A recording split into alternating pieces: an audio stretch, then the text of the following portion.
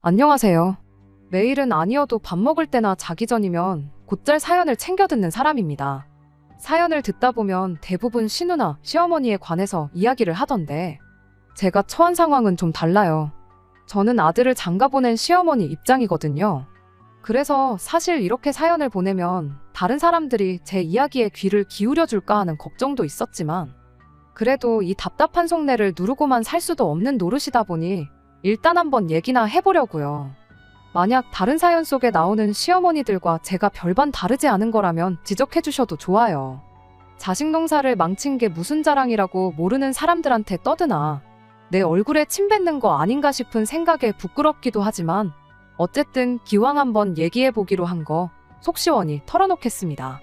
일단 저는 결혼하고 얼마 지나지 않아서부터 호된 시집살이를 겪어야만 했어요. 오죽하면 하루가 멀다 하고 가계부 한 귀퉁이에다 저렇게 늙지 말자 저렇게 되지 말자 적어둘 정도로 말이지요. 사실 남편하고 결혼할 때만 하더라도 제가 시어머니를 모시고 살게 될 줄은 꿈에도 몰랐습니다. 저희 남편은 막내였거든요. 게다가 결혼할 때 시댁으로부터 못 딱히 받은 것도 없었지요. 이미 집안에 전 재산은 형님들이 사업이니 이사니 핑계를 대가며 죄다 나눠먹은 상황이었으니까요. 그런데 남편이 그런 와중에 어머님을 모시고 온 겁니다. 형님들과 달리 자기는 어머니와 함께 보낸 시간이 길지 않지 않냐며 언제 돌아가실지도 모르는데 그 전에 후회 없이 효도를 하고 싶다나 어쩐다나 해가면서 말이에요. 사람이 살다 보면 이런 일 저런 일 별일 다 겪을 수도 있는 거고 시어머니를 모시고 살 수도 있죠. 그런데 문제는 저희 시어머니가 정말 보통이 아니셨어요. 그리고 이미 아주버님이나 형님은 그런 시어머니를 실컷 겪었으니 모시고는 못 산다고 버티고 있었던 건데 그걸 저는 정말 몰랐네요. 참고로 혹시나 제가 못 모신다고 나서면 안 되니까 남편을 포함한 모든 시댁 식구들이 시어머니에 관해서라면 제 앞에서 입도 뻥끗 안 했다는 걸 나중에서야 알게 됐는데 어찌나 황당하던지. 아무튼 그러니 제 입장에선 귀띔조차 해주는 사람도 없지. 게다가 제가 시집 왔을 때만 하더라도 이혼은 상상도 못할 일이었거든요. 그러니 한마디로 이러나 저러나 저한테는 선택권이 없었지요. 그런데 황당하게도 효도니 뭐니 해가며 멋대로 어머님을 모시고 왔던 남편은 얼마 못 가 시어머니에 관한 일이라면 저한테 전부 떠넘기기 시작했어요. 자기는 바깥일을 하니까 집안일은 제 몫이라면서요. 게다가 나중에 알게 된 게 자기는 시어머니를 위해 한 것도 없으면서 아주버님이나 형님한테는 어지간히 생색을 냈던 모양입니다. 그리고 그런 동생이 안쓰러워서 그랬는지 생색이 듣기 싫어서 그랬는진 몰라도 아주버님이랑 형님이 한동안 매달 얼마씩 돈을 챙겨줬었나 본데 정작 시어머니 수발이란 수발은 다 들던 저한테는 10원 하나 온 적이 없어요. 그리고 이제 와서 말이지만 아들 딸들도 두 손 두 발 다 들고 나가 떨어진 상황에서 아무리 며느리라지만 피 한 방울 안 섞인 남인 제가 시어머니의 수족이 되어드렸는데 왜 그렇게 저한테 모질게 잡아먹지 못해 안달이셨을까요? 남편이 상의도 없이 시어머니를 모시고 왔을 때 절대로 못 모신다고 어떻게든 버텼어야 했는데 자식들한테 다 외면당한 시어머니가 불쌍하단 마음에 거기까진 생각 못하고 이렇게 된 거 어쩔 수 없다며 아무 문제 삼지 않았던 제 잘못이겠죠. 시어머니가 거동이 힘드신 분도 아니셨으니 직장을 관둬야 될 거라곤 생각도 못했어요. 그런데 동네 시장에 장을 보러 나가기만 해도 어디 가냐 언제 오냐 따지시며 여자가 밖으로 돌면 안 된다고 어찌나 사람을 달달 볶으시던지요. 그래서 결국 합가하고 얼마 지나지 않아 직장도 관둬야 했는데 지금 생각해보면 그것도 참 서글프고 그래요. 하지만 더 기가 막힌 건 바로 저희 시어머니께서 돌아가시기 직전에 저한테 사과를 하셨다는 겁니다. 제 두 손을 꼭 잡고선 그동안 고맙고 미안했다고요. 저를 못됐다고 욕하는 사람도 있겠지만 솔직히 너무 황당했어요. 제가 당하고 산 세월이 얼만데 그 말 한마디로 다 정리가 될 거라고 생각하셨던 건가. 시어머니 마음은 편해지셨을지 몰라도 저는 그 말 한마디 들었다는 이유로 원망도 못하고 어쩌라는 건지.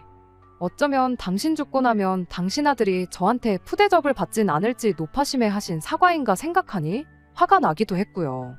그런데 더 어이없는 건요. 그 잘난 시어머니 아들이 몇 년 지나지 않아 세상을 떠나대요.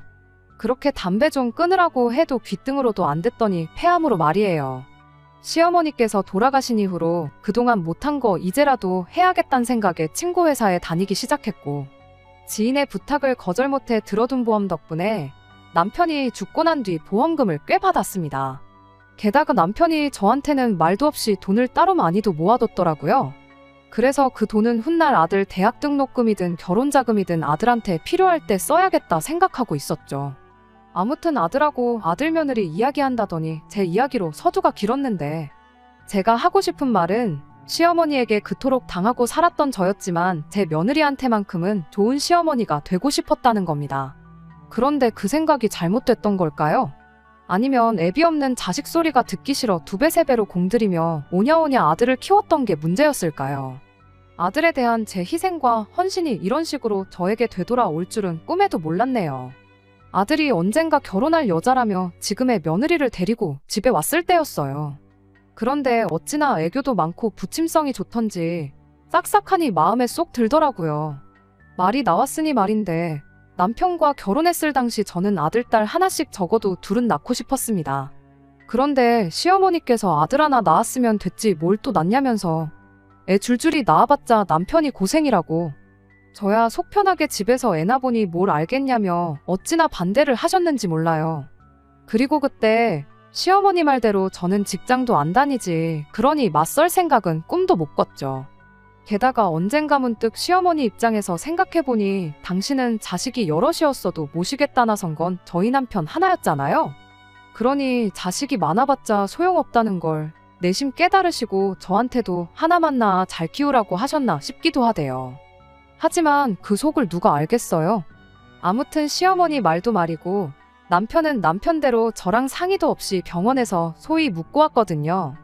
그러니 뭐 둘째에 대한 꿈은 옛저녁에 접을 수밖에 없었지요. 그런데 아들이 너무나 살갑고 싹싹한 아가씨를 며느리감이라며 데리고 왔으니 솔직히 딸이 하나 생겼다고 느껴질 만큼 너무 좋더라고요.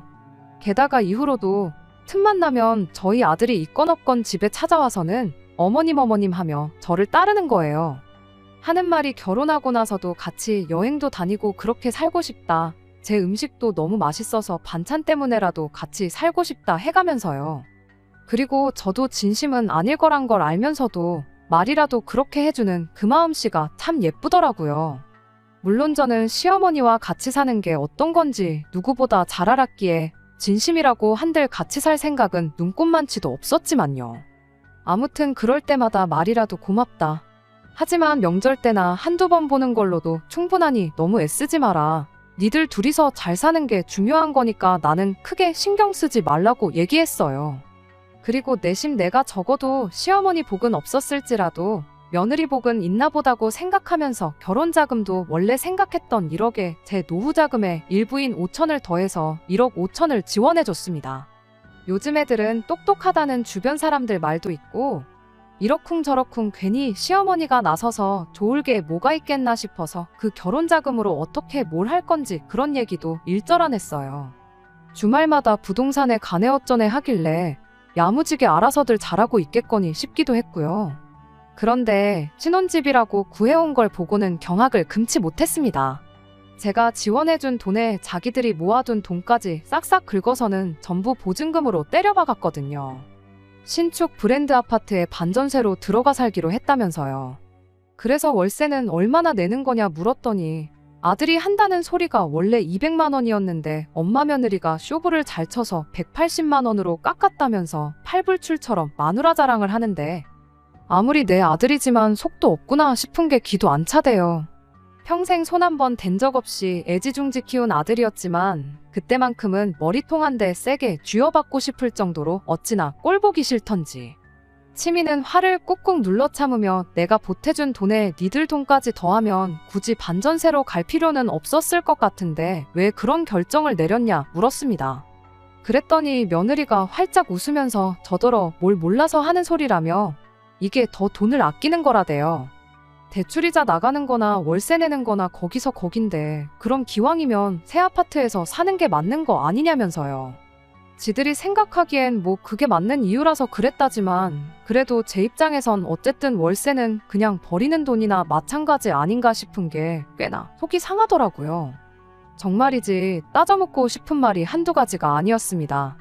하지만 그 와중에도 둘이 맞벌이를 하니까 달에 180만 원 나가는 게 그렇게 큰 부담은 아니라면서 저더러 걱정 마시라. 두 눈으로 집을 직접 보시면 생각이 달라지실 거다 해가며 열심히 설명을 해대는 걸 보니 한편으론 이제 와서 따져 물어보라나 싶기도 하더라고요. 그래서 알겠다.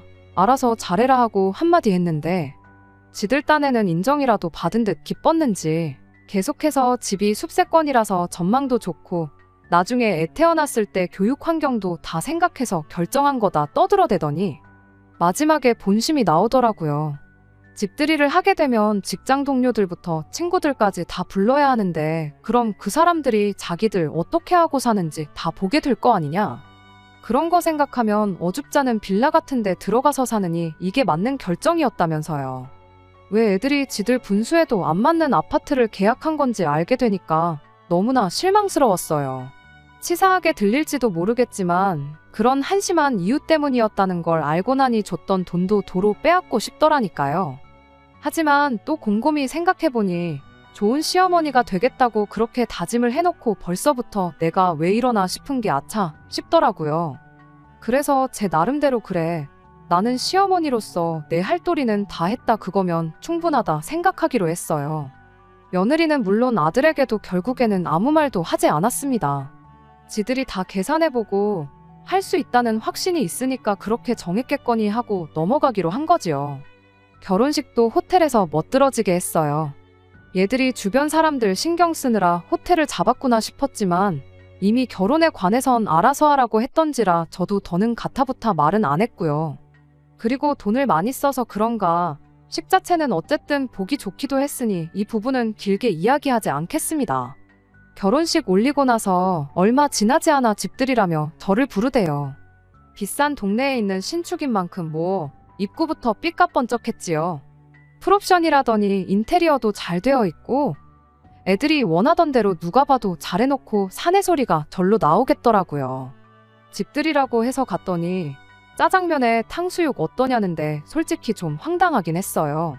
하지만 집안을 보니 아직 정리도 다 안 된 것 같고 그래서 별말 없이 시켜주는 대로 먹었습니다.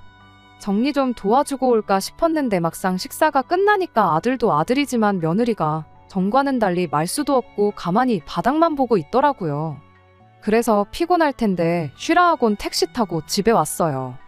며느리감이 싹싹하다 같이 살자더라 주변에 자랑하듯 얘기하던 당시 먼저 자식들 결혼시킨 친구들은 저더러 순진하다며 그 말을 믿니 며느리는 며느리야 결혼하고 나면 아주 다른 사람 같을 걸 했는데 그땐 사람마다 다른 거지 하고 흘려들었거든요. 그런데 친구들 말이 맞았어요. 결혼 전에는 정말 딸이 있으면 이런 기분이겠구나 싶을 만큼 살갑게 굴더니 집들이 이후에는 만나기는커녕 어쩌다 전화나 한 번씩 걸어오는 게 다였으니까요. 게다가 몇 마디 하고 나면 아무 말도 안 하고 있으니 나중에는 뭐 한다고 전화는 했나 싶은 게 그래도 맞벌이하고 서로 바쁘니 그러겠거니 생각했고 그래서 싫은 내색 한번 한 적이 없어요.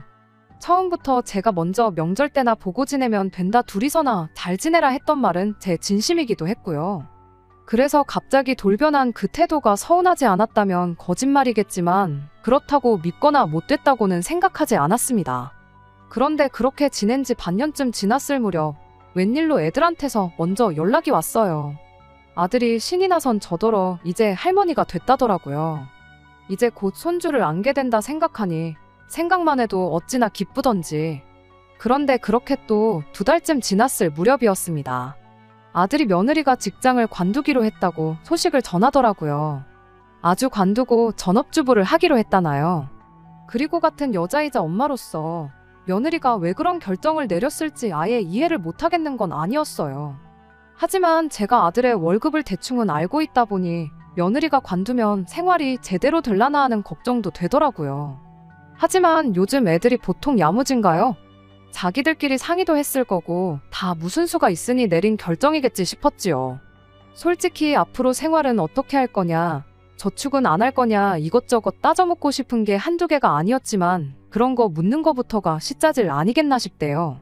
그래서 그냥 그러냐 하곤 말았는데 결국 얼마 지나지 않아 제 걱정이 현실이 되고야 말았습니다. 며느리가 관두고 얼마 지나지 않아서부터 아들한테서 연락이 제법 잦아졌는데 하루는 아주 힘들어 죽을 맛이라고 하소연을 하대요. 맞벌이 할 때야 둘이서 벌었으니 그 월세 내면서 갖고 싶은 것도 사고 먹고 싶은 것도 먹고 할 거 다 하고 살았는데 지금은 숨만 쉬어도 돈이 빠져나가는 것 같다면서 너무 힘들다고요. 월세 관리비까지 내고 나면 남는 건 거의 없는데 며느리는 집에서 계속 뭘 그렇게 사나른다며. 그래서 신용카드에 마통에 정신없어 죽겠다는데 내 아들 며느리지만 이렇게 될 줄 몰랐나 싶은 게 한심하기도 하고 한편으론 시짜지라는 시어머니라는 소리를 듣더라도 할 말은 했어야 하나 후회가 되기도 하고. 하지만 이미 벌어진 일을 후회해서 뭐 하겠어요. 막말로 임신한 며느리한테 직장 다시 다녀라 할 수도 없고 괜히 이 상황에 내가 말 한마디 잘못하면 평생 아들 며느리 가슴에 상처될까 싶어서 그냥 아들만 다독여주고 말았네요. 그런데 아들은 제 다독임만 바란 건 아니었던 모양입니다. 하루는 모처럼 엄마 밥이 먹고 싶다 하더니 집에 혼자 찾아왔으니까요. 그래서 평소 아들이 좋아하던 음식 한 상 차려 저녁을 먹였습니다. 그리고는 식사가 끝나갈 무렵에서야 정말 밥만 먹으러 온 거냐고 슬쩍 떠봤어요. 그랬더니 저더러 좀 도와달랍니다. 돈 좀 해달라고요. 도와달라니 도와주고 싶어도 돈이 있어야 도와주지. 결혼할 때 노후 자금까지 털어서 1억 5천 해준 거 잘 알면서 왜 그러니? 하지만 아들은 막무가내였어요. 내 아들이지만 원래 이렇게 뻔뻔했나 싶을 만큼 자식이 힘든데 그럼 그냥 보고만 계실 거냐며 따져댔거든요. 아들은 아버지를 닮는다더니 지 마음대로 결정을 내려놓고 뒤처리는 못하는 게 쏙 빼닮았구나 싶대요. 아무튼 엄마 상황 뻔히 아는 녀석이 도대체 왜 이러냐, 왜 이렇게 억지를 쓰냐 재차 물었습니다. 그랬더니 한숨을 푹 내쉬면서 며느리랑 얘기를 해봤는데 며느리가 아파트 아니면 절대 안 된다고 했답니다. 빌라 같은 데는 살아본 적도 없고 남보기 부끄럽다면서요.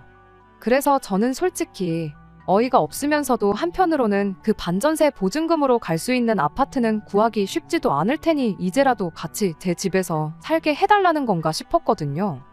그런데 아들이 반전세 보증금을 돌려받으면 그 돈을 저한테 주겠답니다. 저더러 그 돈으로 집을 구하래요.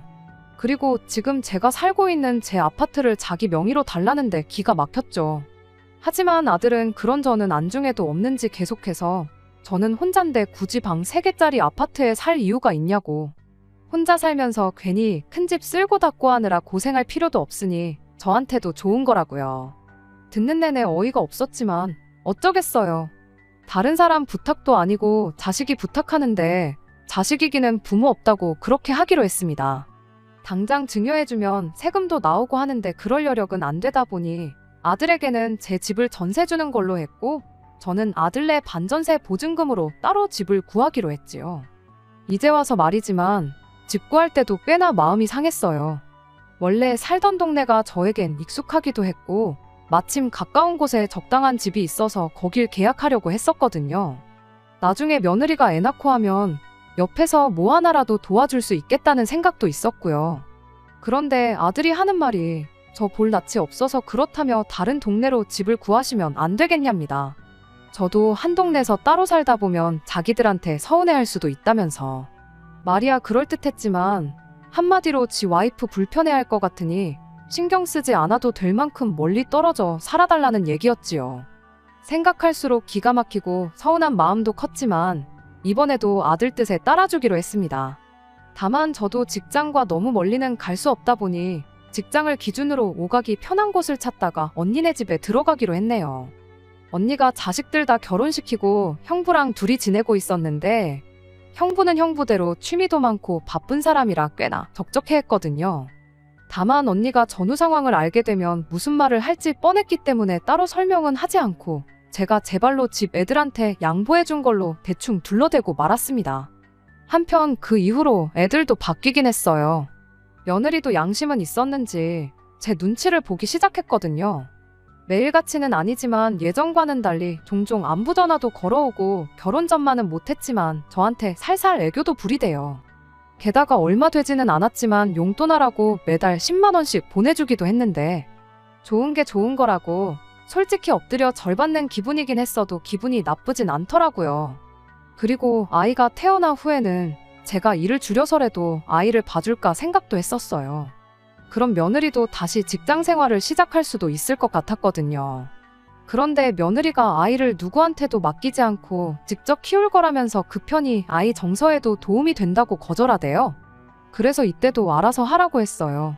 저도 황혼유가 안 할 수만 있으면 안 하고 싶었지만 애들 빨리 자리 잡으라는 마음에 물어봤던 거지 꼭 하고 싶던 건 아니었으니까요. 아무튼 이후로도 종종 제가 애를 보러 가겠다고 하면 차도 없는 제가 불편하게 오갈 필요 없다면서 자기들이 언니네 집이긴 했지만 종종 찾아오기도 했고, 그러다 보니 집을 비워달라고 할 때는 괘씸한 마음이 컸지만 이제서야 애들도 정신을 차렸구나 싶은 게 기특하다 싶었죠. 하지만 그건 제 착각이었어요. 몇 년 동안 아들도 며느리도 그저 제 집을 자기들 집처럼 쓰게 된 것에 대한 최소한의 예의만 차리고 있던 거란 걸 알게 되었거든요. 손주가 4살이 되고 얼마 지나지 않았을 때였어요. 언니랑 같이 저녁 먹으면서 술 한잔하며 이야기하다가 돌아가신 친정부모님 이야기가 나왔습니다. 술 기운 때문인지 그날따라 유난히 두 분 다 보고 싶더라고요. 그러다가 문득 제 집에 친정부모님부터 해서 저희 어릴 때 사진이 보관된 앨범이 기억이 났어요. 친정부모님 돌아가시고 나서 집 정리하면서 그 앨범을 발견하곤 이후로 제가 계속 간직해오고 있었거든요. 그러다 애들한테 집을 비워주면서 제 짐이 워낙 많다 보니 제 물건 중 당장 필요하지 않은 것들은 작은 방 장롱 한 칸에 두고 온 게 생각이 났고, 그 앨범도 거기 있다는 게 떠오르면서 당장 내일이라도 그걸 가져와야겠다 싶대요. 그래서 언니에게 제가 집에서 앨범을 가져오겠다고 했습니다. 그랬더니 언니가 번거롭게 뭐 하러 가냐고 애들 보고 오는 길에 가져오라고 하라대요. 하지만 쇳불도 당김에 빼랬다고 어째선지 사진이긴 해도 부모님을 당장이라도 보고 싶은 마음이 컸기에 때마침 집에 두고 온 것 중에 챙겨올 짐도 몇 개 있으니 날 박는 대로 다녀오겠다 했어요. 저녁 늦은 시간이라 애들한테 내일 간다고 전화하긴 그래서 이튿날 아침에 연락을 했습니다. 그런데 일이 바쁜 건지 애 보느라 정신이 없는 건지 아들이며 며느리며 둘 다 전화를 안 받더라고요. 부재중 찍힌 거 보면 연락이 다시 오겠거니 했는데 점심시간이 지나도 연락이 없었어요. 그래서 기다리다 못한 제가 다시 전화를 했는데 어째선지 이번에도 누구 하나 받지도 않고 결국 기다리다 못해 먼저 출발을 했습니다. 가는 도중에라도 연락이 오면 얘기하면 되겠다 싶었고, 며느리야 어쨌든 애 보느라 정신이 없어서 전화를 못 받는 거지 집에는 있을 테니 괜찮겠다 싶었거든요. 그런데 어디를 간 건지 집에 도착해서 초인종을 눌러도 아무 반응이 없는 거예요. 현관문 비밀번호는 이미 바뀐 지 오래였으니 들어가 있을 수도 없었고요. 일을 어쩌나 싶으면서도 한편으론 여기까지 왔는데 오늘 그냥 가면 언제 또 오나 싶어서 일단 근처 카페에서 아들이든 며느리든 누구 한 사람만 연락이 오면 되니까 하는 마음으로 기다리기 시작했어요. 하지만 1시간이 지나도 연락이 안 오길래 결국 둘 다한테 문자를 보냈습니다. 집에 필요한 게 있어서 가지러 왔는데 연락도 안 되고 무슨 일이라도 있냐? 현관 비밀번호만 알려주면 내가 필요한 것만 가지고 갈게. 보내놓고도 아차 전화를 못 받는데 이거라고 볼까 싶었는데 1분도 안 돼서 며느리한테서 전화가 왔어요. 퉁명스러운 목소리로 저더러 어디시냐 묻더니 자기가 온다고 조금만 기다리라면서요. 그래서 비밀번호만 알려주면 된다. 아무것도 안 건드리고 필요한 것만 챙겨서 금방 갈 거라고 했는데 아니라고 하면서 잠깐만 기다리라대요. 그래서 저도 알겠다고 그리고 금방이라길래 솔직히 한 10분 내외면 되겠거니 했지요. 그런데 집 앞에 도착하고 30분이 지났는데도 오겠다던 며느리는 함흥차사에 문자도 더는 답장도 없고 결국 현관 앞에서 자그만치 1시간 반을 기다렸습니다. 그리고 이때는 저도 감정이 상할 대로 상한 상황이었어요. 막말로 제 집인데 들어가서 제 물건도 못 가지고 나오는 것도 기가 막혔고 이렇게 오래 걸릴 것 같으면 처음부터 비밀번호를 알려주는 게 맞는 거 아닌가 싶었으니까요. 하지만 더 기가 막힌 건 며느리가 보인 태도였습니다. 제가 아침부터 연락했는데 어째서 보지도 않고 연락도 없었냐니까. 자기가 뭐 핸드폰만 보고 사는 사람이냐면서 다음부터는 이렇게 무턱대고 찾아오시면 안 된다는 소리나 해댔거든요. 어이도 없고 뻔뻔한 며느리의 태도에 더는 말도 섞기 싫더군요. 그래서 저도 대꾸도 안 하고 애는 어딨냐고 저 궁금한 것만 물었지요. 그랬더니 며느리가 애는 어린이집에 있을 시간이래요. 애는 혼자 힘으로 키운다더니 벌써부터 어린이집에 보내냐고 물으려다가 그러냐 하고는 그냥 말을 말았어요. 그리고는 집안을 둘러보는데 새삼 이게 얼마만인가 싶은 게 헛웃음이 나대요. 아무튼 제 짐이 보관되어 있는 방에 들어가서 이것저것 꺼내면서 필요한 것들 챙기고 있는데 며느리가 문에 어깨를 딱 기대서는 저를 지켜보고 있더라고요. 막말로 장롱에 제가 두고 온 짐을 제외하고는 죄다 하나같이 괜찮은 것도 없더만 그걸 제가 가져갈까봐 감시라도 하는 건가 싶은 게 점점 다시 우라가 치밀대요. 제가 무슨 도둑도 아니고 제 집에 제 물건 좀 가지러 온 건데 이렇게 눈치까지 봐야 하나 생각하니 지난 몇 년간 참았는데 좋은 시어머니 노릇도 어느 정도 것이어야지 더는 못 참겠다 싶었죠. 그래서 제 짐 챙기다 말고 며느리 데려앉혀다 놓고 한마디 했어요. 신혼집부터 시작해서 니들 불편하다길래 평생 살아온 동네도 떠나주고 한 번도 내가 내 집이라고 연락 없이 찾아온 적이나 있었냐고. 그런데 너는 나를 이렇게 대할 수가 있느냐고요. 그랬더니 눈을 땡그랗게 뜨고는 제가 하는 말 한마디 한마디에 아주 맹랑하게 말대답을 하대요. 그러면서 누가 들으면 제가 얼마나 대단한 걸 해준 줄 오해하겠다면서 다른 것도 아니고 집을 걸고 넘어지는 거예요. 다른 집 부모들 보면 자식 결혼시키면서 집 한 채 턱턱 해주고 그러던데 어머님은 집을 준 것도 아니시지 않냐면서 저도 자기들 돈 받아다가 전세로 살고 있으니 자기들도 할 말이 없는 건 아니라나요. 그러면서 집이 전세라서 자기가 얼마나 쪽팔린 줄 아느냐고 이런 후진 동네에서도 애 유치원에서 엄마들끼리 집이 전세인지 자가인지를 두고는 편을 가른다면서 뉴스도 안 봤냐대요. 요즘 애들이 어떤 애들인데 나중에 학교 들어가서 우리 애가 다른 집 애들한테 전세 거지라고 놀림당할 거 생각하면 자기도 저한테 좋은 소리 안 나온답니다. 그러면서 그러니까 생색 좀 그만 내시라는데 정말 숨이 다 안 쉬어지는 기분이었어요. 저는 제 나름대로 해줄 수 있는 최대한을 해줬다고 생각했는데 애들한테는 아니었나 봅니다. 그리고 한편으론 내 며느리한테는 좋은 시어머니가 되겠다던 내 다짐은 둘째쳐도 내가 내 아들보다 어린 며느리랑 말싸움이나 하고 앉아있는 현실이 기도 안 찼고요. 아무튼 더 있다가는 며느리랑 서로 정말 못 볼 꼴 보겠구나 싶기도 했고 그래도 어른인 제가 참아야겠다는 생각에 그냥 앨범에 필요한 것만 챙겨서 나가려고 했어요. 그런데 그 생각을 하기가 무섭게 현관문 비밀번호 눌리는 소리가 삑삑 나더라고요. 아들인가 싶었지만 아들 퇴근하기까지는 시간이 이르다 싶었는데 누가 문을 열고 들어오나 했더니 안사돈이었어요. 그깟 비밀번호를 안 알려주는 바람에 2시간 넘게 밖을 서성였던 게 떠오르면서 동시에 정작 안사돈은 제 집을 마치 자기 집처럼 드나들었다 생각하니 좋은 시어머니 노릇도 여기서 끝이라는 생각밖에 들지 않았습니다. 차라도 한잔 하고 가시라는 안사돈을 뿌리치고 제 물건만 정신없이 챙겨서 집을 나섰어요. 그랬더니 그제서야 불과 몇 분 전까지 아주 지 잘났다고 떠들어대던 며느리가 맨발로 쫓아나오면서 그렇게 가시면 어쩌냐고 상황을 설명해주겠다며 저를 잡대요. 됐다고 설명이고 뭐고 다 필요 없다 했습니다. 그리고 엘리베이터에 올라타 매몰차게 닫힘을 누르니 자기도 맨발로 저를 쫓아오는 건 안 되겠나 싶었는지 더 이상 쫓아오지 않더라고요. 그리고 그때부터 집에 가는 내내 아들 며느리한테 번갈아 가면서 전화가 왔어요. 당연히 저는 받지 않았지요. 그랬더니 똥줄이 탔는지 저녁엔 언니네까지 찾아왔는데 언니도 이 상황을 듣고는 괘씸하다며 저 대신 애들을 문전박대 해줬습니다. 그리고 혼자서 한 일주일 정도 고민하다가 아들에게 연락을 해서는 1억 5천 중 네 결혼 자금이다 생각했던 1억은 줄 테니 집을 비우라고 했어요. 아들이 그러면 자기들은 어떡하냐고 사정을 했다가 화도 냈다가 난리더니 급기야는 며느리도 옆에 있었는지 지가 전화를 받아서는 제발 한 번만 용서해 달라대요. 비밀번호도 알려주겠다면서 말이지요. 아직도 뭐가 문젠지를 모르는구나 싶은 게 어이도 없고 한편으론 어쨌든 거의 5년 가까이 그 집을 차지하고 살았으니 돈은 좀 모았겠거니 하는 생각도 있었어요. 그래서 이제 똑똑한 니들이 알아서 살 길 찾으라고 했습니다.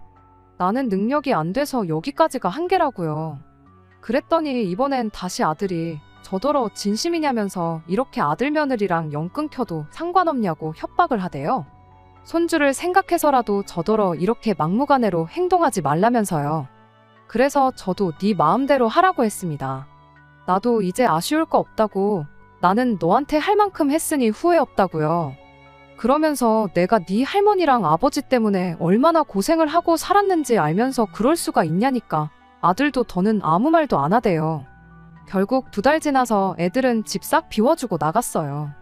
1억으로 어디를 가서 어떻게 사냐고 며느리가 아들더러 이번 일 해결 못하면 이혼이네 어쩌네 그런 소리도 했나 보던데 결국 동네 변두리 빌라로 이사를 한 모양이 돼요. 며느리 쪽에서는 자식들 살라고 집까지 비워주지는 않았나 보더라고요. 그 뒤로 애들한테 따로 연락 온 적은 한 번도 없습니다. 연 끊고 살게 될 수도 있다더니 진짜 그럴 생각인가 봐요. 손주 못 보고 지내는 게 아쉽기는 하지만 저도 좋은 시어머니 노릇은 여기까지만 하려고 합니다.